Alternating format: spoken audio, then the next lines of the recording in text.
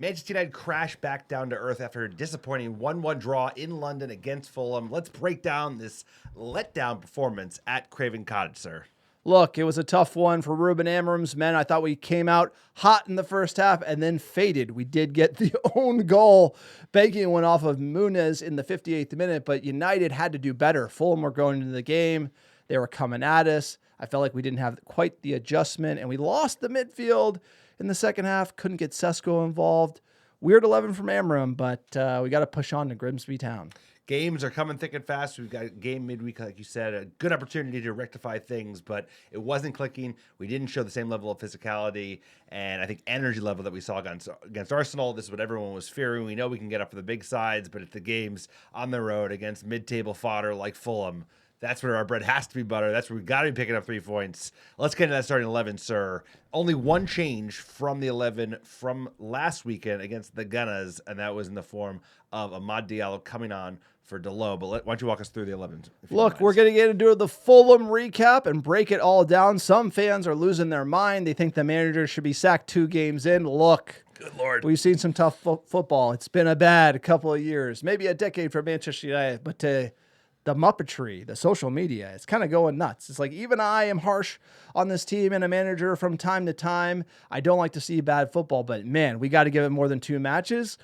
Not good enough to only get 1 point. You had to say minimum 3 from the first 2 for United, and you're looking at Grimsby and Burnley being must wins now.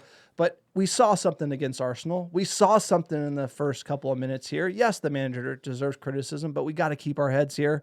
Sir, before we break all that down, we're going to talk transfers. We're going to talk fan questions as well. There's some heat coming from the fans on this team post-Fulham. But first, let's break down the Fulham match and get into the starting 11. We had Bayindir, the chops, or no chops is back. Luke Shaw, Ligt, Yoro back 3. We had Dogu, left wing back. Bruno, Cass, midfield 2, running back. Diallo, right wing back. Mount, Mbumo, and Cunha leading the line as a striker, leaving Sesko on the bench. Højlund didn't even travel with the team. Onana did make the bench. I feel like that's important given the transfer rumors. Sir, what'd you make of this 11?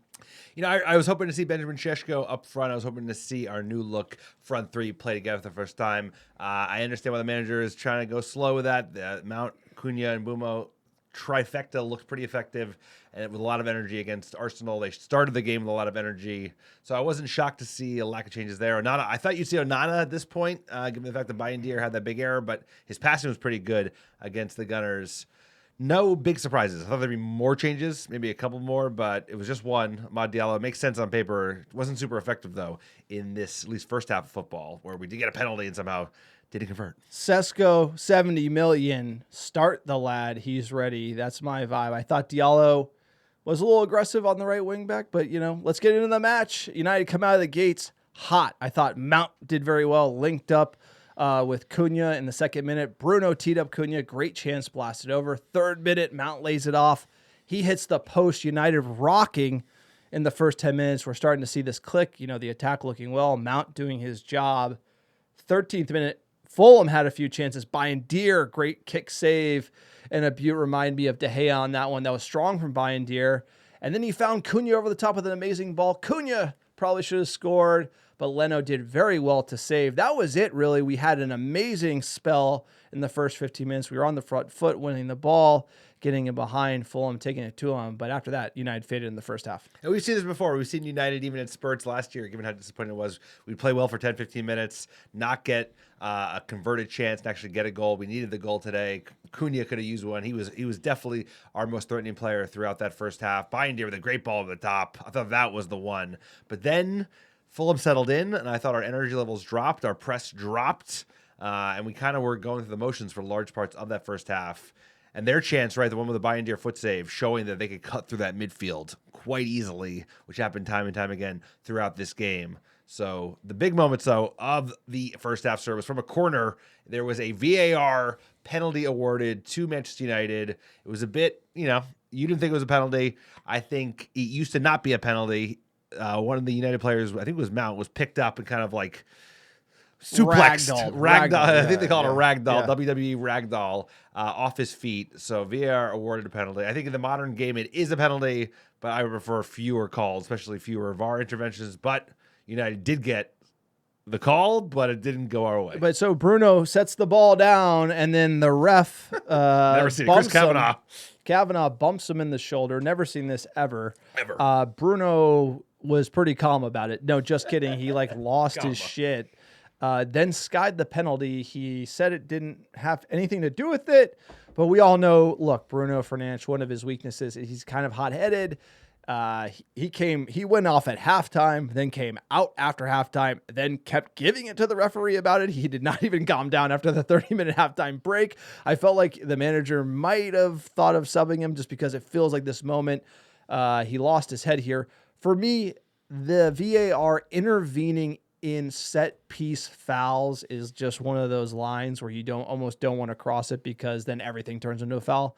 It reminds me of that Casemiro, like when he touched the guy's neck and it was a red card, but someone else touched somebody else, but then you're not reviewing everything in a scrum. It just becomes this kind of net of wires you don't even want to touch, sir. It's sort of like trying to defuse a bomb. Cut one, you're going to explode it. VAR getting involved all over the pitch. It went to our benefit, though. But if you actually think about it, getting the penalty, missing it, I think it killed us a little bit as far as momentum, especially in the first half. No, it did. Like you said, it probably shouldn't be a penalty. It is in the modern game. We have gotten the opposite end of that stick against City so famously. I remember, I think Rodri went down. I think Casemiro pulled him, and he made the most of it. But Hate to see it. I would like fewer of it. I have to agree. But at the end of the day, I think Bruno missing the penalty in the way he did. I mean, he has got a very high success rate with penalties. I think it's over 90%. We'll get the stats since joining Manchester United. And if he does miss, he usually gets it saved because it's a tepid shot. I haven't seen him blast it to the moon. So I think it rattled him. That is definitely Bruno Fernandes, as a super fan sitting right here would say, his Achilles heel is he's too hot fire. He boils over, and then he cannot pull it back in and kind of get things under control. We saw that many, many times over his Manchester United career, and I think it happened definitely in the first half, a little bit in the second half, but he's still yipping at the official. 53rd minute. So United go in that half. Bruno doesn't calm down. It comes out. Aram unchanged, makes sense, but I felt like it was unchanged with a short leash. And sure enough, 53rd minute, Sesko Delo come on for Casemiro Ahmad. Mason Mount drops into the 2 in midfield. Look, it's a draw, and we have Mason Mount and Bruno Fernandes playing in a midfield 2. That's dangerous however you want to sort it. And the fact that manager would go to that versus a Kobe Manu or Ugarte on the bench is very interesting. 58th minute, corner, United get an own goal. And Buemo banks it off of Muniz. We're going to get into the audio recap here, sir. Thought Lenny Yoro had the header. Lenny took the celly, but it turned out to be an own goal. So Buemo with the corner. It's a terrific ball in. And there's the goal. Scored by Lenny Yoro. Needed that. This team, look, great start. Tough first half, resilient, get this goal. What do? The manager, does he change it? He does not. He waits till the 69th minute. Ugarte comes on for Mason Mount. And then unfortunately, shortly after that, Fulham would get their goal. Smith Rowe coming on. Robinson. Poor defending. He won't be. Flicked in towards him, and it's Smith Rowe! It's a Fulham super. Look, a lot of different looks at this one. Luke Shaw doesn't come down. Bruno Fernandes lets him go. Should it be Bruno's? Should it be Shaw? It should be Bruno's because he come from the midfield. Delo lost the ball in the first place. Yeah, Delo with the cheeky turn in a dangerous area. But Bruno should probably be tracking it. It's not his position, though. You can't cook him on, he's not a CDM. He's not a defensive mid. He's not even 8, So at the end of the day, letting the runner go there, it's a tough one for United that we switch off, a little lazy here. And it was scrappy defending towards the end all the way. It felt like Fulham were growing in the game, too. They were, and we've seen this type of goal conceded so many times by this Manchester United side. Easy, sloppy giveaway, and then the boys don't immediately check back on like they did time and time again when Arsenal had the ball and we were, an off-ball defending. We looked really good because we were always kind of locked in. We've seen this kind of casualness from United, and all of a sudden they put a first-time ball in, a little bit of a kind of a flick on, a roll on, and all of a sudden balls in the net, and there wasn't a lot of confidence, I think, from this side that we were going to find a way back in to get the 3 points. We did have a chance. We'll get into that in a second. But not enough chances at the end, given the fact that we had 20 minutes to try and get a winner. And Fulham had chances too. At 87th minute, subs Maguire and Heaven on for Shaw and Yoro. 88th minute, Maguire did have that late chance header. Couldn't get it on target. If it was on target, probably would have scored. That was it. Manchester United won. Fulham won. You could pull up the stats. It was even. It was down the line. You talk about Arsenal. We dominated them at home. They came to our house. We cooked them. United with 10 shots to Fulham's 13. 4 on target for Fulham. 3 for United. 53% of the ball for Fulham. 47% for United. They out XG'd us barely, but that includes our penalties. So if you look at open play, Fulham dominated on the XG. Iwobi, who we called out in the preview as just always playing lights out against United, he had the highest X threat of any Fulham player, absolutely dominated the pitch and was everywhere, finding pockets of space against Manchester United. So it was brutal. United have a long trip back to Manchester, and we got to think about this one, and we got to lick our wounds. This feels like a loss. It's not a loss, but you have 1 point from 2 games, and United probably needed 3. And we have a lot of really, really difficult games coming. We got Burnley, but even Burnley are no slouch. No team in the Premier League is slouch. They're probably the easiest we're going to get, given that they're a promoted side. But then we've got really, really tough games coming right around the corner afterwards. And United, you know, if you'd gotten a draw today and it just didn't go our way, we were peppering them, we out XG'd them, and it just didn't convert. They got a goal the way they did, and even we just like pushed on at the end. That'd be one thing. But the fact is, United did get out XG'd away from a team that we have to be Fulham, beating. bro. We have to be beating. You know, we were there to watch us lose against Fulham, one of the few losses in recent records against the Cottagers, I believe is their nickname, sir. The Cottagers. But like it wasn't good. They like it wasn't to hang good out in enough. cottages. It wasn't good enough. Talk about tactics. Quick tactical teardown. Fulham versus Manchester United. Look, the Amorim system, he's going to get a lot of heat for this one. The thing about Fulham in the first half where we looked so good is that our players were able to push up the pitch and be very aggressive. You saw Dogu, and it would be Ahmad in the first half, and Bruno pressing high here. And we were winning the ball back, and our players were getting involved. Center backs were tight to the midfield. But what killed us in the second half and late in the first is we dropped back into the back 5 way too aggressively, which let Bruno and Casemiro get exposed. And Fulham's manager, Marco Silva, had the quote. He said, they play with 2 in the middle, and we overloaded them with our 3 plus Iwobi. And if you look at the Fulham players, it was their 2 midfielders, the 10, and then Iwobi came in on the wing and absolutely overloaded Manchester United. You could see that in our average positioning here, where you have Iwobi, Lucic, Berg, all just below the front line of United, right? So they sent Sessegnon up high, and their other winger, number 21, Castagane, I can't even pronounce his name, but they sent them high to push against our back 5, and then you had these 5 players dropping in where Cass and Bruno and Mount were hanging out, and they just overloaded us there. We're able to slip it in behind, and that's where United really faltered. We couldn't make the adjustment. You can see here that huge hole in the middle of the park with Manchester United basically letting Fulham run riot with all these players. And Iwobi, like I said, he had the highest X threat of any player. Their deep entries, they had 16 versus our 10. The field tilt, 60% to our 40%. They dominated the middle of the park, and we were easy to cut through. Hot knife through butter. This midfield is a problem. We saw it last year. This is where the famous Amorim ball, it doesn't do well when you're getting cut open and you're not generating the chances. And I felt like late in the game, the midfield was Fulham's, and we're struggling to counterpunch. And this tells you everything. Dropping deep in that back 7, if you will, and leaving those 2 midfielders exposed never helps Manchester United. And this is something Amorim has to fix. And you have opposition teams that are now targeting the kind of the major weaknesses of this Manchester United side. We saw it twice today. We saw it in the set piece defending.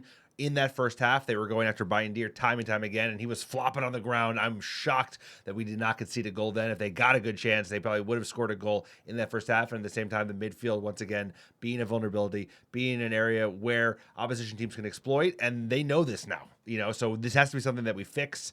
I think we saw less of an impact against Arsenal because the back line was so aggressive, just like not giving Arsenal a sniff of it. We kind of shut down that space. Today, we're much more laissez-faire, much more relaxed, not enough just like intensity on the front foot to just be on the ball as soon as we got it. So we got to fix it. Fulham played off of our back line. They did. You know, we dropped deep, and they would drop their attackers, right? And Iwobi as well. And then they were finding that space right in front and just like outnumber Bruno and Cass. And by the way, Cass's legs went, and I felt like the chances increased. And so as United got tired, we played into Fulham's hand, and they were the one pushing for the winner. United survival defense. We got tired too. We were shocking. deep.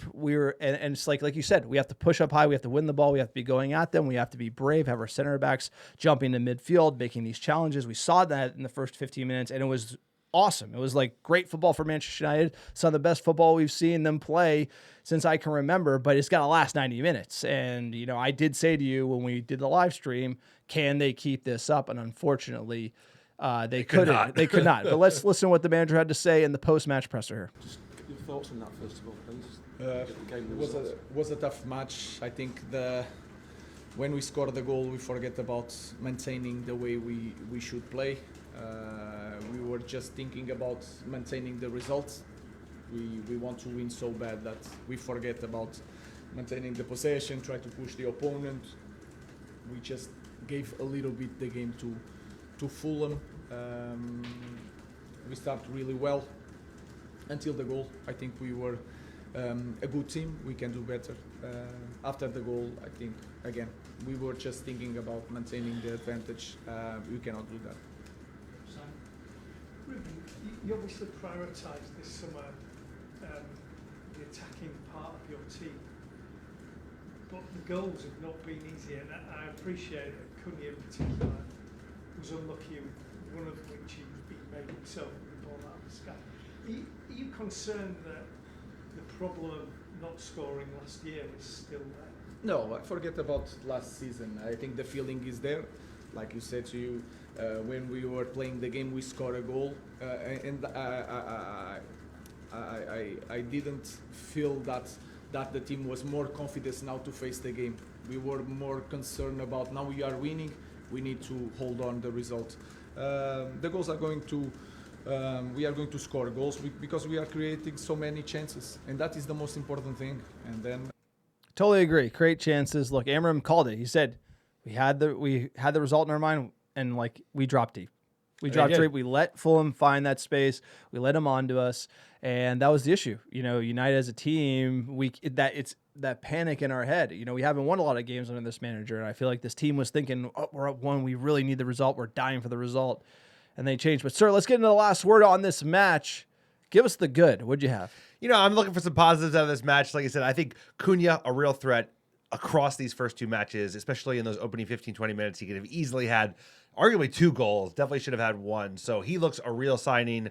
And the defense, I thought in spurts, it looked very effective, especially Yoro and Ligt. Yoro especially had a terrific game beyond the own goal that he got credited for. His defensively, he had a bunch of last-ditch tackles that were very, very influential in keeping United in the game in the first place. And lastly, Dogu, I think, is growing, more consistent, less errors. He just shows that like we're starting to shore up the left side of the pitch.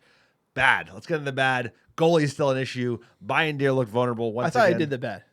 I'm like like the bad guy. I'm my bad vibes, John. Bad vibes. The good is that bad vibes can only get better. It can only get better from a attack perspective. Look, from my perspective, look, goalie's an issue. Bayindir, we didn't even talk about it. He was all over the shop in the first half. He looked, every corner was like heart attack city. We kept conceding corners. He did grow into the game. His passing is not bad. He would be a cup keeper, perfect cup keeper. You know, is it Senne Lammens? We're linked to him. We're gonna get to that later. The midfield just showed you gaping hole in the middle of the park. Everyone knows it. Fulham playing for it. They literally just their game plan outmatched Amorim. It worked, and they probably would have won the game if we kept playing it. So this midfield issue has to be solved. Signing wouldn't hurt, Ineos. If you're listening, a Baleba panic buy at the death. Let's do it. Go big. Scoring. This is a bad, but like we're creating the chances. I see it. Maybe the bad is just like everybody has to get a grip. Everyone's so negative online. It's crazy. This team is, it's almost like ramped up so much where last season, I get it, Ten Hag probably should have been fired. Came out, we were hopeless. There's hope here. Back the lads, back the manager. Come on, the transfer window isn't even closed. Like, it's been a rough 2. It's been a rough 2. We should have 3 points from these 2. We have 1, not a great look. It is United. The bar has to be higher, but we're fighting for 8th, 7th, 6th if we're lucky, really, and got to start scoring some goals. The real last word, I'm going to go to a coach knows how to handle this one. So when people talk to us about Fulham, we're on to Grimsby Town, sir. Let's hear We're it. done with Fulham. Forget it. It's in the rear view This is mirror, how baby. the fan base, the manager, the players, we got to take a page at Bill Belly here in this book here. Well, you think having a 37-year-old... We're on to Cincinnati. It's nothing about the past, nothing about the future.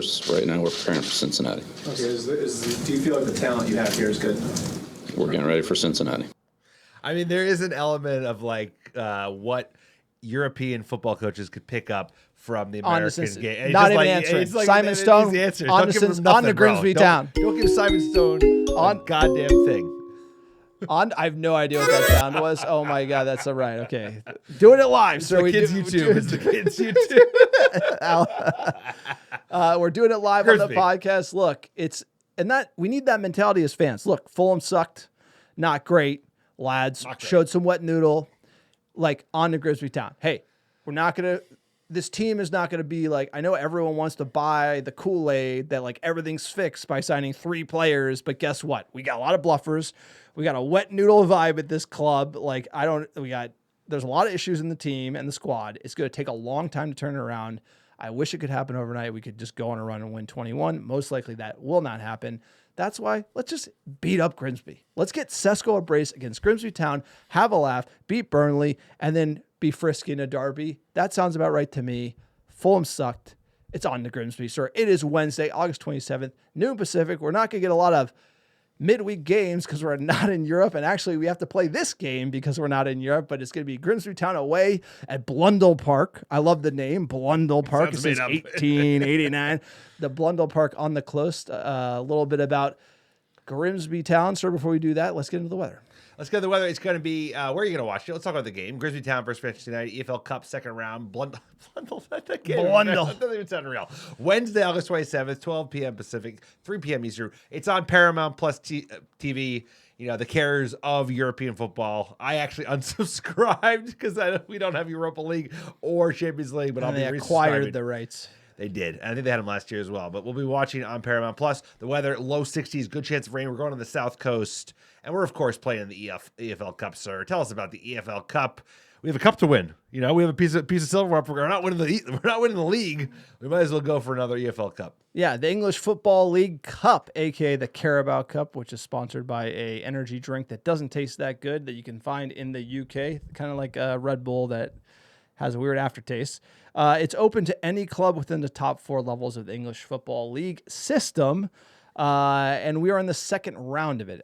Teams get included every round, Premier League teams being last. And we are in the second round because we are not in Europe. We usually enter in the third round when the European teams, the teams that have European football in the Premier League, jump in.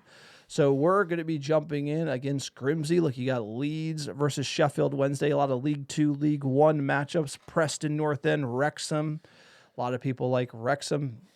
Not these guys. Let them have it. Like a Barnsley versus Rotterdam United. Preston, That's like North End, I love Burton it. Albion. Sir, the Wycombe Wanderers, we saw them play Sunderland in the League One final. That was a lot of fun. Doncaster Rovers, Accrington Stanley. The names are incredible. Sorry, you went to Millwall? You've been to Millwall as well? I would avoid that. Like, Avoid Millwall. Don't go at night. This is the football pyramid, not the full football pyramid, but the football Top 4. pyramid on display, and it's a great competition. One we won under Eric Ten Hag's reign. Sir, before we get into the proper preview, let's get a little history on Grimsby Town, founded in 1878, one of the oldest professional clubs in England. They're known as the Mariners, sir. They're on the sea. You can see their badge. It has 3 fish and a ship. South Coast. South Coast. Not, the colors are red, black, and white, kind of like a poor man's Newcastle. An interesting fact about Grimsby and Old Trafford crossover between the clubs is that the highest attendance for Old Trafford remains the FA Cup semifinal between Grimsby and Wolverhampton Wanderers in March 1939, 76,962. Largest ever attendance at Old Trafford was Grimsby Town at the gate. We didn't even play that game. Such an interesting fact. Manchester United's record attendance didn't even play in the stadium.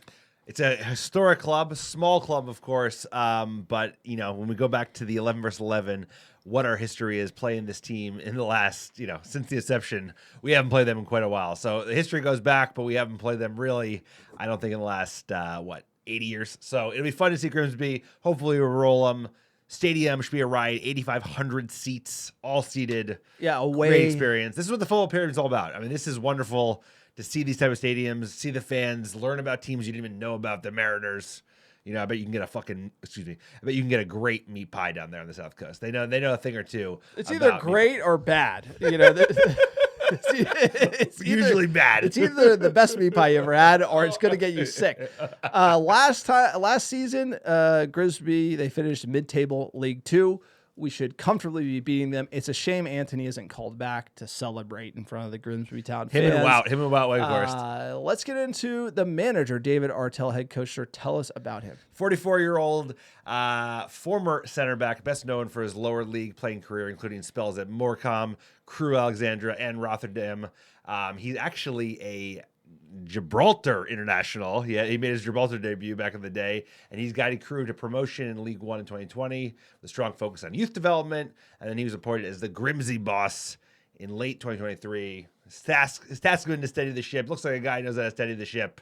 Let's get into his tactics a little bit. And look at the stadium there by the sea, on the water. sir. Very cool. Beautiful. Fun Let's place get to into the go. tactics. Grimsby Town tactics. So they like to get in the mud. They like to get in the mud. They're ready to get in the mud with Manchester United. I'll guarantee you that. They like to do a disciplined 4-3-3 or 4-2-3-1, and the manager tends to rotate between these two setups, ensuring a defensive cover while also giving license for wide players to push forward. He likes to defend compactly as a defensive unit, usually sitting in a mid-block, keeping shape tight and limiting the space between the lines. And they're very, very direct, but they try to be measured in transition, often looking to spring counters. And like you will see from many teams in this division, they have often relying on their set-piece reliance, so a lot of corners, long throw-ins. They're going to be dangerous from set pieces. So Sir, compact between the lines.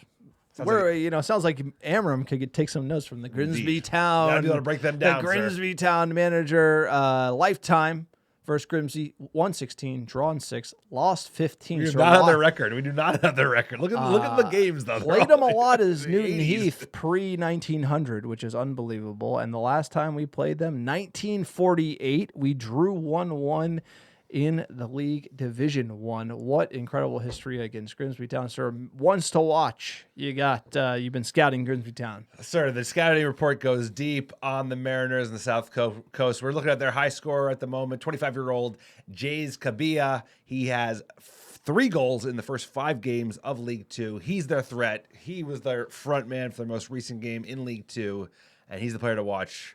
Irish attacker. So the braces are good luck for that Irish kid. Like you said, he scored in our last game out against the Accrington Stanley. What a name. Accrington Stanley. What a name. What a club. Unbelievable. But yeah, they line up in the 4-1-4-1 formation here. Yeah, it's going to be something like just Old English, bro. Two banks of 4-4-4-2 Grimsby Town. We know what we're going to get. We're going to get a low block.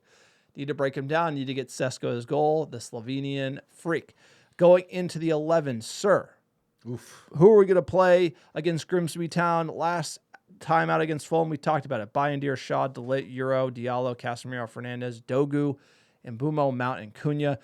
Who would you change? Who would you bring in? I think there should be a decent amount of changes. There are a bunch of players who need minutes, so I think you'll likely get a Šeško start. I think you'll likely get an Andre Onana start. Maguire should get a go. I think you'll probably rotate a lot of that back 3. You would think maybe a Xerxes start, as one of the 10s. I don't know how much he's going to rotate. Mainu, Ugarte, Mainu, midfield. you would see. You're definitely going to see Mainu If you starts. don't see Mainu versus Grimsby That's Town, worrisome. I have a feeling. No, you'll start. I He'll got start. a feeling. No, I just have a feeling that there's something there about Mainu. Well, his Amorim, renewal has dragged. They're talking about it in an odd not way. it. That's Amorim would play him. This is the X-Files theme, Conspiracy Watch, live Conspiracy Watch. Mainu doesn't start at Grimsby Town. Something's off. Something is wrong with Mainu and Amorim. It'd be very odd. Mainu and Amorim are not in good terms. If he does not start against Grimsby Town, has to come in. I think you got to give Ugarte confidence. If you're not going to sign another midfielder, like you said, maybe an Onana, cup keeper, shout. Sesko has to start. I would like to give him Mbumo or Cunha a rest, realistically. I'd like to push Fernandez up the field, see how he would do playing in that role. So I feel like a lot of rotation from the manager, not too much because it is a must win given how things have gone to date. Give us the odds from the bookmakers. We're heavy favorites. You don't often see odds this skewed to Manchester United's favor these days. So it's Grimsby plus 1,700 at home, plus 650 for the draw, and minus 800 for Manchester United to get the win. Let's get into the prediction game. Sir, you picked up a big coup on today's match game, getting it right. I didn't want to get it right, sir. I didn't. You did. You did. Get involved in our prediction game, MUFCpredict.com. All the fans, we aggregate the community predictions. We have a 100% win rate for Grimsby Town. Manchester United fans have predicted a win in every single game. It's no surprise we have not won one game, but we have 3.6 goals to Grimsby's 0.3. It looks like it's going to be a blowout, but let's check out the table. Oh, yeah. Where are you? Where are you at the table? Where are you? Shout out to Corn on the Kobe, because as soon as I got the 1-1 prediction right, I thought for sure I was going to be top of the table. But Corn on the Kobe getting the Arsenal loss and then the big 10.11 correct score. I am in second here with 10 points. Thank you, Corn on the Kobe. You know, if John was first, I don't know if I can handle it. Where am I? Sully 71. All the way at the bottom. Alex is on 0 points less than Manchester United. Look, but to be fair, there are a lot of fans. Shout out to our loyal Muppet fans who predict dubs for this team, and they have not stopping now. They have gotten burned. So we're gonna see how we do, and you can see here. 10 points to John. Let's get into our Grimsby Town predictions, sir. I predicted the Fulham game first, so you are up. What's your Grimsby Town score? I think it will be a win. You know, Muppet's going to Muppet. If you call a loss in this, you can't be doing that. I'm calling 4-1 Manchester United. I like, you're close to me, and I'm going 3-1. Thought about it here. You got to concede a goal to the Grimsby Town. Maybe sweat it, but you're going to get 3. I think Sesko gets a goal. Scores his first goal for Manchester United. All right, Grimsby Town. We're on to Grimsby. It's behind us. South Coast, baby. Let's get into some transfer news. The latest transfer here, Senne Lammens. We need a goalkeeper. Is Manchester United going to do any more business before the end of the window? I hope so. Apparently, the Belgian goalkeeper, he was left out of Antwerp's game as Manchester United draws near. The Belgian goalkeeper is expected to join us for around £17 million as a combination of add-ons. Sir, tell us about Senne Lammens. You rate him. You're all over this one. You love him. Senne Lammens is another value play from Ineos. He's one of the highest rated youngsters in world football for his position. Now, 23-year-old coming from the Belgian league. He plays for Royal Antwerp. His save statistics are unbelievable in terms of the amount of XG he's prevented and his save percentage. Obviously, he's playing a very low league, but this is one of those transfers that I was hoping we would make. I was hoping we would put competition on Onana, maybe push out Bayindir, because Bayindir's, we have challenges there. So they made a move late last week. The noise started heating up, and it seems that United got very, very keen on making this happen. So the transfer fee we're hearing is around £17 million. He will be thought of as actually like the new number 2. They're probably going to try and look to push Bayindir out on a loan. Maybe the Turkish league is open. But Bayindir is starting. Where do you get the idea that he's leaving when he's the starter over Onana? I think Onana is the United. They're not going to keep 4 goalkeepers. No, you think they're going to be able to get rid of Onana? So Onana, there's been loose links to Italy with Onana. If anyone's going to get sold for any amount of money, it would be him. So you would almost keep Bayindir as like serviceable with this kid coming up. That makes more sense because Onana got dropped the first game. It clearly wasn't fitness. The manager is sending signal. I'm reading the signals the manager is sending, right? It's just like Højlund getting dropped means like he is out. Onana is definitely on the outs. Bayindir is starting. If they could foist him. If Onana was injured, Bayindir is the first choice of the manager. With Onana, I have to think that this is the Bayindir and Senne Lammens would be the move, and Onana would be foisted if possible. I mean, if you could make the argument that you'd rather have Bayindir as backup than keep Onana around. Now, what the thing is that we should put as a caveat is that this is not a Brian Mbeumo or Mateus Cunha transfer where he's ready to rock. He is like a Patrick Dogo. He is like a rough diamond in the rough. He's coming from a very low league. This isn't even coming from Italy or France. He plays in the fucking Belgian league. Excuse me once again. So this is something where we're going to be patient. the Belgian league, Royal Antwerp, sir. They're monsters. He is a unit. He's a big lad. Look, we'll get into the football brief in a second, but he, on paper, is an excellent goalkeeper. He's going to need time. He's going to need, you want to be playing for cups. The Grimsby Towns of the world would be a perfect opportunity for him to get kind of game time and get used to the league. He commands his box very well. He's good at claiming crosses as well as punching out. His save percentage is high. He's a decent passer, decent long passer of the ball as well. So he fits the gambit. He's very much an Iniesta signing. You're signing for upside, but he's not ready-made today in the way that some of our signings this season have been. So we need to be patient. That's all I want to say. But we're dying for – we got 2 liabilities and a vibes guy. Like, our goalkeeper strategy is he might be the best guy, the vibes guy. 2 guys who are guaranteed to give a goal a game away. You got the yips. 2 guys who are like shipping goals, and then 1 guy who shouldn't even play because he's all vibes. He's like a preseason, one of the team guys, man. He's like a player coach. I'm not here to play. I'm here to just like be a vibes guy. Like, how about you just be a goalie coach? Like, what's going on with this team? Who's running the show? Do not get Tom Heaton. Like, nice guy. I wish I could be a nice guy and hang out around Manchester United and be on the team. Paid. But as far as Senne Lammens go, his stats, his saves, he gets peppered in the Belgian league. 4.1 saves a game. That's 99th percentile again. But that's not the stat you're really looking at. It would be the save percentage, 80%, 93rd percentile. Shots on target against. Again, he's getting peppered, so he's getting practice out there. But, at the end of the day, that save percentage is important, and it is high, and he is young. Goals against, not that great, 69th percentile, but you're playing Manchester United keeper. It's a total mentality shift. You're usually not getting peppered unless you're David De Gea. His penalty kick, the amount of penalty kicks saved, 99th percentile, 0.18. He's absolute freak. Tall, long, got the range. He's a shot stopper, and he has a good pass on him. So I like it.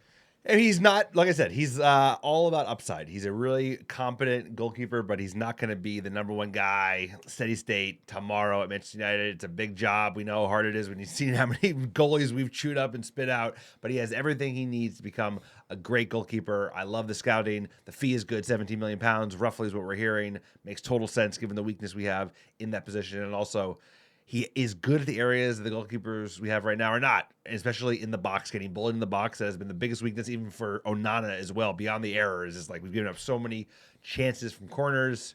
Hopefully he can shore that up. A player for the future. Crosses stopped. He might be starting. He might be the starter. By the end of the window, by the end of the year, he might be the starter. Look at the this. number 1 guy. Crosses stopped, A lot of green. 99th percentile. Crosses stop percentage, 99th percentile. It's what we need. He doesn't come out and play out of the penalty area. He's not like that not a sweeper keeper, right but he's a decent passer, actually. It's worth a shout. We're dying when you're on a ship and you're sinking, you need options. Like, this guy's an option. He's a raft. It's like a raft. It might float. Like, we got to just lean into it. Next bit of transfer news: Bruno Fernandes, Saudi Arabia. All Ittihad. Sir, help me out. Al-Attiyah. I'll tell you, that ain't right. Al-Attiyah. Some team in Saudi Arabia. The Saudi Pro League, which we can't pronounce. Apparently, there's another Saudi team that is interested. Obviously, Benzema and N'Golo Kante play on this team. Al-Ittihad, they are in for a race for Bruno Fernandes. This came out of nowhere like a day ago. It's not from legitimate sources, so it's like tier smoke. But all of a sudden, Saudi links, 90 million, 100 million in for Bruno. The questions around this are very interesting. You look at the performance Bruno had on the pitch, he was all over the place. You don't know what's going on in a player's mind. Transfer window still open. The Saudi transfer window actually goes longer than the English Premier League transfer window, so there's opportunity for business to be done after the 1st of September, which is an interesting dynamic related to maybe like an Onana or maybe like an Antony. But with Bruno Fernandes turning down the original Saudi move and then looking at another team wouldn't come in for him if he wasn't interested in Saudi Arabia. And you have to imagine his agent, if somebody is putting a bid in, there's got to be something in this, because maybe Bruno turned him down and then now he might be thinking about it. I don't know what happened in preseason. I don't know what's going on behind the scenes with this roster. Maybe the role that he's playing deeper in the midfield, maybe it could convince him to want to leave. But a club usually doesn't come in and bid strong after they've already turned down a move to that league if there's not some sign that they would accept it. This is me reading the tea leaves on lower tier sources. we just had to talk about speculation here on the pod that Bruno could be entertaining this move. If it just came out of left field and he didn't already turn down a bid, I wouldn't even think about it. But the fact someone's bidding again when he turned down a move to Saudi, it makes me think there could be something here. No, famously, of course, Al Nassr came after, Bruno Fernandes, Manchester United's talisman and number one star. Early in the window, we thought there was real legs in it. He shut it down, turned the club down and said, hey, I want to play at the highest level. The fact that now we're at the end of the window and there apparently were secret talks with the agent, he's more positive than it sounded. I think he's probably realized, like, I ain't winning shit with this team. I might as well get fucking paid. And I get so much stick even from my own fans, let alone rival fans. Like, why don't I just go get a payday and play in a league that nobody cares about? So you could understand why he would do it. The fact that the rumors are still going on, maybe that just clicks, but there's something here because you think it's? I bet it's a bit of both. Because Al Ittihad probably wants the shine of having us even talk about them in the first place. Like, who else are you talking about? Al Ittihad. Well, here's the rumor: it's that he had held a secret meeting and demands huge contract. Of course, he would get. You wouldn't go to Saudi Arabia for the fun of it. For the record, the reason why I am surprised he did not go. I am very surprised he didn't go with the first bid because Ineos are willing sellers, and this is like huge money, and it's. JG Wentworth, I need cash now. This is like cash in your account they pay up front. now. They pay up They're front. not paying over installments. They're paying up front. And this would be huge for Manchester United to be able to do other critical moves in the team. Also, bringing in the amount of 10s that we have. You had to get rid of a 10. You had to get rid of a Mount. You had to get rid of a Mod. You had to get rid of Bruno. You can't sign two and just put them on top of each other. We can see right now, there's just like Mount and Bruno playing deep midfield roles against Fulham for 15. What are we doing? That's not like you're playing players out of position. And I just feel like United have surplus players. Bruno is our captain, so you don't just willingly sell your captain. But if someone came in for 120, 130, United would be a yes. And then it's a, hey, Bruno, how much money do you need? Oh, by the way, we have plenty of it. And so I felt like something would happen. So do I think he's going to go? No. Do I think there's talks going on? Yes. His agent was in Saudi for the initial bid, so he must have met other clubs and has other connections. So it's not like this is coming out of left field. And he will probably go. If it's like Messi, Ronaldo money, he would probably go to Saudi. And United would take the bid. And if he doesn't go this summer, he'll probably almost certainly go next summer because we're going to continue to languish. There's still going to be value from Bruno Fernandes. He's a producer. He's got legs in it, especially if he's going to the Saudi league. And they still need to gin up that fake league because they have a long way until their World Cup. It's basically a fake league. Tell me how you really feel about Therefore, they have like less than 1,000 people at the game. But I would take their money. It's good money. And at the same time, the team is all over the place. But we're also in a position where we're selling the players that have value. Like we're selling Højlund because someone will actually buy Højlund. No one wants to buy Garnacho or Antony or Sancho. And that's kind of a problem to be in. We need to sell to buy, but we're forced to sell our valuable assets because there's actual market there versus anybody want to buy Jadon Sancho and give his agent $10 million? No, of course. But okay, question for you. If you could sell Bruno Fernandes for 100 million and get Balaba, would Manchester United be better? Would you do that deal? Yeah, probably. If I'm looking objectively at it, say like, yeah, would you sell a 30-year-old for a 21-year-old, like for like, not like for position, but like you basically use that 100 million that they give us to give it to Brighton? You would say yes because he's a win now player. We're not going to win now. We need a couple years to get this team up and running. Best case scenario. So you would take that deal. I'm a huge Bruno fan. I appreciate what he does on this side. I know he gets a lot of stick, but at the end of the day, like I wouldn't want to see where we'd be without him. But you would take that deal objectively if you're just looking at pen and paper. Yeah, I felt like the timing is right. Unfortunately, I just feel like where this team is, we just need to get younger and better, and we probably need the money. Unfortunately, but that's just due to the Glazers. And I don't like him playing out of position. It doesn't make sense. At the end of the day, he should be a starting 10 in this team. Like if you're gonna keep Bruno, he should be playing 10. And you can't keep him on the field with those two dogs we just purchased in Cunha and Mbeumo. And so it becomes this, we have too many good players in the same role, and you got to sell one of them. Or at least not, you had to not sign Mbeumo. Or they sell Kobe. Like, who knows what they're going to do? I don't know what they're going to do because you're so lopsided, the squad. Like, you can't, you shouldn't have signed Mbeumo.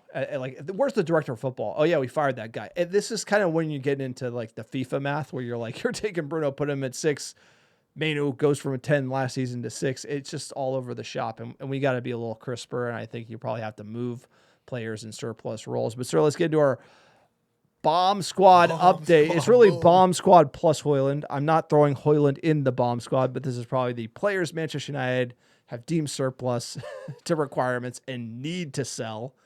Højlund is one of them. He's probably one of the more valuable ones, so that's why he's probably not in the bomb squad proper. And he wants to stay. He was on preseason. He actually wanted to stay, and he said, okay, if you're going to do a deal, I need to go there permanently because I don't want to be yo-yoing back and forth. So I actually respect that. I know it hasn't gone well for him, but I wish him luck, and I know that we're selling a player that, arguably we need a backup number 9, but I guess there is value in a 6'3" fucking Dane who's only 22. He'll score goals in Italy. Well, let's find that value because Napoli are interested, per Romano, advancing in talks to sign Rasmus Højlund. Romano knows Italy well. Kind of been manufacturing a lot of transfer news on socials. He's definitely kind of going one way. He's definitely cashing in. His accent is getting more. He's cashing in, just repeating non-news, non-news over and over. But I guess it makes a lot of money. Yes, I guess it makes him lots of money. United informed teams about talks, and they're ready to get a deal done. Here's the thing: Newcastle might be interested. Pay top dollar. Is it going to be 40? Is it 50? We shall see. Højlund. All these parts are going to be like down to the wire. I know. Deadline day. It's going to be the craziest end Sancho, of the window. deadline day. Garnacho. We're hearing other things about Garnacho, so we're hearing a lot of other things about other bomb squad players. And one of them, Antony. Latest from Antony, from Romano as well. That photo is amazing, by the way. Spider-Man. Batiste working on a deal to sign Antony from Manchester United. Talks are ongoing. Trying to get a deal get green light on deal structure. We're hearing that it will be a low fee with a high sell-on percentage, and that makes the most sense. It'd be he can go to Batiste, we can get some money, and then we have a large sum of the sell-on from Antony going on from Batiste. I like that deal. It's a big L. This is Erik ten Hag's nightmare that he left all fans, along with 2 trophies, FA Cup, EFL Cup, and Antony. And it's a shame because actually, I thought there'd be a real market for Antony because he had a decent 6 months in Spain. I could see him play for Atletico Madrid. I just think he went all in on Batiste and he positioned it so I don't want to go anywhere else. We could have sold him to Besiktas. They wanted to pay us like 40 million pounds. Saudi Arabia, they would have paid us good money. But the fact is, he likes Sevilla. It's a nice place to live. Lifestyle's good. It's a low, easy. You're not going to get relegated as Batiste. You're not going to win nothing. Fun lifestyle. It sucks. But all the players that we're trying to foist in this bomb squad are all angling with their target clubs to screw Manchester United. No, Sancho's doing it. This is the insane. Garnacho's doing it. Excuse me, I keep cursing. And Antony is doing as well. So this window will go late, but he's also a player that if he doesn't move in the European window that ends on September 1st, he could go to Saudi. He could go to Turkey. He turned down Saudi. But that was when the European window's still open. I'm saying that's going to run. It runs an additional week, like you said. Amorim was quoted that we didn't talk about it, but players in the bomb squad are coming back in the fold. But bombs up. He said they're coming back in as United players, and they're going to be reintegrated into the squad. So whoever stays, including Jadon Sancho. He will not be reintegrated. Roma. Sancho reject him. Sancho does not want any deal. He doesn't want Chelsea. Doesn't want Juve. Doesn't want Roma. Where are you going to go, dude? You're just going to play PlayStation? FIFA, baby. It's like, this is insane. Apparently, from Romano, the footballing director, AS Roma, there's no conditions to proceed with this deal, especially as Sancho doesn't have the motivations to join AS Roma. Where does he want to play? Where does Sancho want to play? Real Madrid. I honestly think he doesn't want to play football. I really think at this point, at least Antony has a club he wants to play for. At least he wants to play football. At least Garnacho wants to play for Chelsea. This guy doesn't even want to play for anyone. No, he just wants to get paid. It's what is this, sad. He's only extortion? 25. He's got years left. He's got a fat contract with 1 year left in Manchester United. He knows that if he runs down the deal and whatever club he goes to not to pay Manchester United a transfer fee, they can parlay that into his wages. It's like 20 million. It's not a lot. We're not talking like a giant, like Holland type. He'd of rather deal. just fuck around and think he thinks football's million. always going to be waiting for him. He thinks he can always just turn it on and, you know what, having a year off. What's he going to do? Play in the under-21s? Well, they got to send him on another loan, but maybe we can get his wages covered. This is the craziest, most delusional Worst football player. Worst transfer we ever had. This is There's a lot of crazy stories in football. There's crazier stories for sure. But like, this is the most confusing story of all time is that he just doesn't want to play. And good offer. He could have stayed at Chelsea. No, and had a deal. Like, he could have gone to Juve. He could have gone. I mean, Roma is probably the lowest of the list. No, but he should have stayed at Chelsea. They wanted him, and they offered him a deal. It makes like $6 million a year. He wanted it 8, makes 9. nothing. It makes zero sense. No, it's because he's surrounded by people that don't necessarily have the best. He's delusional. This guy. It's sad, and somebody's got to get him straight. Go play for Roma. Bomb squad. Jumping into fan questions. Are they salty? There's some heat coming here for the American Red Devils. We're trying to keep it positive. Keep it light. It's 2 games in. Relax. Results touch grass. Performances, good. Results, bad. That's what I'm going to say. We have played well. Amorim doesn't have a lot of time. I do agree. At Rugby Teacher, wow, we need a midfielder more than a goalkeeper. It looks like it. Bruno is not a midfielder. Cass is past it. Manu has no pace. Ugarte is drowning, at least in this system. Look, Casemiro played well, but he was knackered in the 60th minute. He is knackered in 60, and we don't have anyone to bring on. And the fact that manager, you got to look at the fact, why did he not bring Manu on today? Ugarte played bad against Arsenal. He is keeping him on the bench. There's something there. The subs have been, they've been questionable at times. Today, Bruno converts that penalty. It's a different story. We convert some of those chances. It's more so the let-off. It's like, the team is lopsided in terms of how many players we have in certain positions and how thin we are in other areas. ID, like the 6 and the 9, we are very thin in. So I'm concerned this manager is going to have to be flexible. The thing is, he hasn't been flexible. And fitting all these different players within a system that makes sense where we can score goals and be compact defensively and go up and down the pitch. We haven't seen it. But we have to be a little bit more patient because this new attack needs time, and we had an uncharacteristic penalty miss, which you never see from Bruno Fernandes. That fucking threw him off the whole day. He had a shit day. I'm more worried about just filling the holes for the remainder of the season. It's the 24th of August. Let's end the transfer window strong, get some of these deals out, and get a number 6 in that can just be an option for the rest of the season. Dan Ashworth, would not be in the position. He's gone. Okay, I know, but he's gone. But like, this is the problem with United that we have called out for 8 years now. It's like, we do not have a serious director of football. Yes, Will Cox is that guy, but he has never done it. He is a technical director. He was hired as a technical director to work for the director of football. He is not a director of football.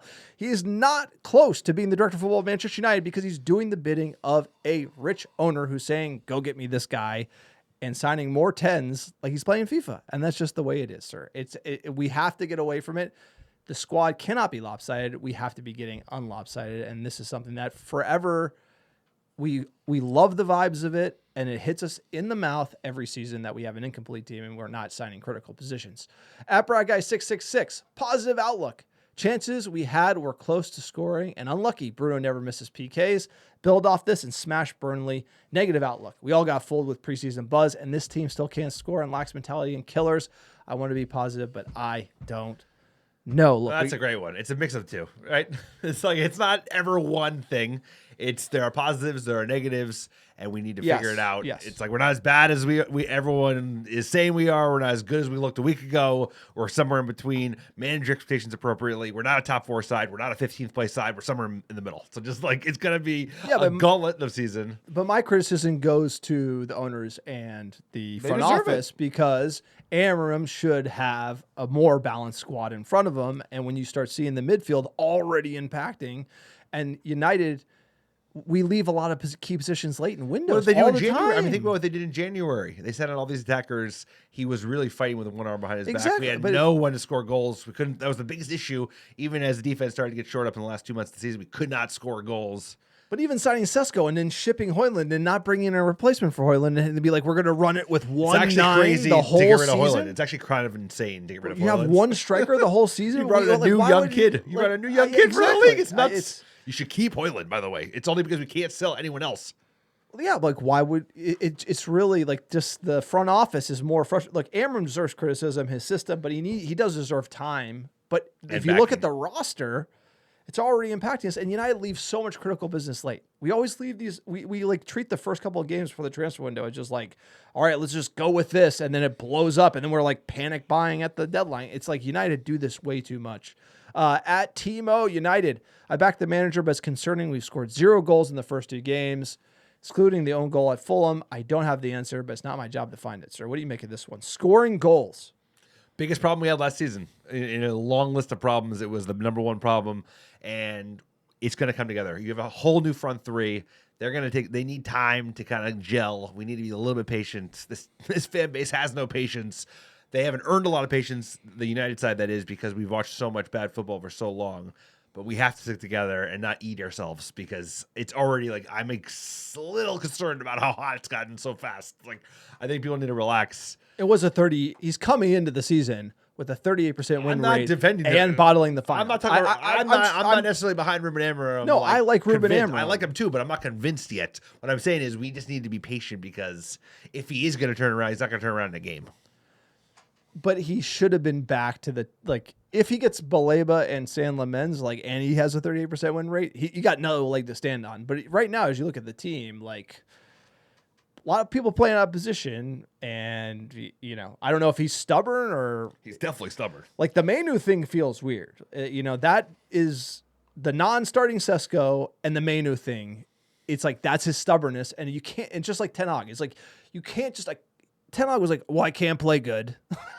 And just, like, gave up. Well, and Amram's like, well, I long... can't do this and that. No, you got to find a way. You got to have a plan. How far are we away from the gaslighting? That's what I wanted to add. That's what we talked about in the live stream. Like, the Eric Ten Hag gaslighting came early and often, and then fans just couldn't stand it anymore. No, the gaslighting... When's that coming? That's coming. It's coming. Amram also doesn't... He seems to have a lot of fire, and he is going to say... He says too much. Shit he regrets. He says too much. If we do not perform well in the next couple of games. But 10 games, reassess. 10 EPL games, it's August. Reassess. That's it. We're going to have international break. There's a lot going on. Still nervy. At Crap at Football, it's okay to sub. Bruno wasn't great. Use the full team, including Mano. Also, Bayindir is a nightmare. So incredibly shaky. Shaw so sloppy. Midfield still a mess. Totally agree. At FPL Jet Ski, the fans aren't the coach, but Amorim does seem tone deaf. Who really thought an early sub for Delo was the answer? Whatever. Fulham are underrated defensively. And at Sunny SoCal Rob 25, what is the goalkeeper coach not seeing that we clearly see as wrong as this team on corners? Corners have been a problem for 6 years, and that's the sign of a soft team. We're soft. I thought, like, other than the corners, Bayindir had a decent game. He had a couple big saves, probably kept United in it early. Passing was good, not as good as the Arsenal game, but hopefully Senne Lammens helps with that. I think it's more the mentality. I think like individual players are not going to fix this team. It's the fact that we checked off the way we did with the goal. It's the fact that we let off after the first 15, 20-minute push. We've seen that time and time again. We dropped off with the level was way lower than it was against Arsenal. We predicted that. We feared that. This is the same team we've seen over and over again. So it's like, as much as we want Balaba, it's like, even if Balaba, he come in, he ain't going to fix everything. This team has to like fix themselves. And that takes from just a mentality shift that comes over time. And we are just still that same old team. At MDesus, who are we freaking out and overpaying for this week? I think it's Lammens and Baleba. I think that there is still a shout. Back in for Balaba. I honestly think... But also the thing about the Baleba deal is like, it's almost like I thought we were I heard from a no-name source on Twitter, we were kind of in the 40, we bid the same thing that Chelsea bid for João Pedro, like 50 or something. I heard 80. I heard but it was like that. Well, we opened the opening salvo was like a 50, like the same João Pedro offer, and that we thought we might go to 80, but it's like clearly you have to go to 100. And United just weren't even in the realm of possibility, which sounds like Sir Jim to me. Just like they clearly want 100 million, and you're like, you don't have that much time. What are you haggling? Yeah. Like we haggled over and Bumo for how long? It's like you don't have that much time. Like you got to either pay up or not. It's like pay up, sign them. We're getting on this one positive. Yoni boy, shout out to you. Keep it positive here. We have Grimsby Town, on to Grimsby Town. Second game of the season. Let's not freak out. We have a lot of tuning up. Garte's not working. Our goalkeeping situation is killing us. It can only get better. Known it. It can only get better. This attack, Cunha will score goals, and Bumo will score goals. Benjamin Sesko will score goals. The defense, I like the center backs. The fullbacks are coming. It's just like we need time. We are fixing the plane as we're fucking flying through a storm, and we will get better over time. We just need to be patient, and we do have holes to fill, but I think these type of early disappointments when the transfer window is still open has often moved the front office before Ineos, with Ineos. Hopefully their moves. I knew that he would be on. Of course, I knew it happens. How many times have we seen that? Every time they're like, let's just see. Let's just see. How are we? I think we added a bunch of attackers. We got a bunch of social media they likes. they're going to sign Lammens because of the Bayindir era. Maybe they're going to sign a 6 because that midfield got ran through by Fulham. Yeah.